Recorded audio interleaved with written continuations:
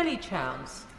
Thank you very much, Madam Deputy Speaker. And I thank the Honourable Member for Westmoreland and Lonsdale for bringing this important debate today. And as the Secretary of State, I think, said, we are all in furious agreement that the condition of our rivers, lakes and seas is an absolute scandal. I completely agree. It would, of course, as the Minister knows, be remiss of me not to point out that it's not just due to sewage, as another colleague mentioned.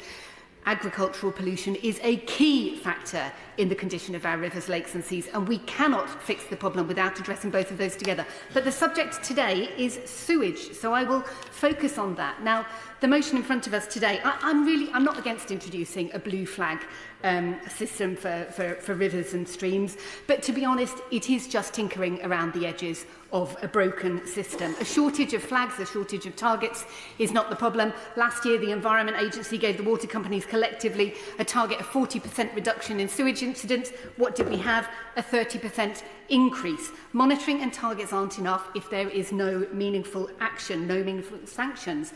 And yet, I understand that all the water companies have criminal convictions totalling well over 1,000 between them. Some have over 100 convictions, but they are still getting away with it. And at the same time, bills are going up through the roof by an average of over 20% in a single year, even more than that for many constituents, including my own. And yet, it is the bill payers, not the shareholders, that are paying the costs. The financial costs, in terms of the dividends to shareholders and the interest on loans of the privatised water and sewage companies, just a moment, of England and Wales, average 35% of company revenue from customer bills. That is customer bill money going to pay the financial costs of the water companies, whereas in the case of Scottish Water, a publicly owned company which may have other problems, but financially those costs amounted to just 8% of revenue from consumer bills. I will give way.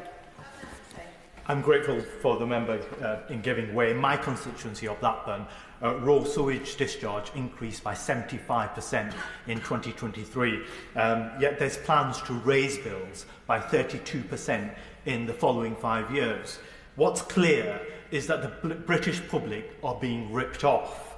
Will the member agree that whilst better regulation and investment rules may fix some problems, the only way to solve this problem is to bring the water supply back into public ownership?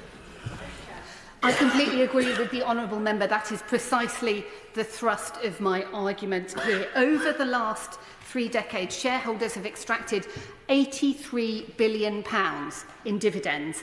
They've invested effectively less than nothing because the share capital and retained earnings in those companies is now less than it was at privatisation. The capital investment has been taken out of customer bills, and yet customers are still paying through the nose.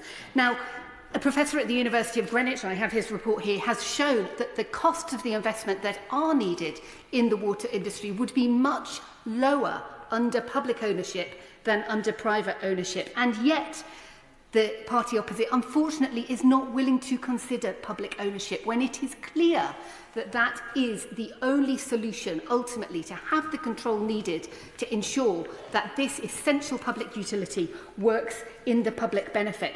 Now, government has the power to bring failing companies into special administration via the High Court, but during the passage of the Water Special Measures Bill, the Minister said special administration must be a last resort, as it has significant consequences for a company's investors. This speaks volumes about who the government thinks our water industry is for. It is not for these so-called investors, actually extractors, which have taken out so many dividends paid for by debt while neglecting our infrastructure and killing our waterways with sewage. There should be significant consequences for them. The people of this country, the British people, don't want their water investable. They want it clean, reliable, affordable, and in public hands. Public ownership is the key element of the solution to the sewage scandal.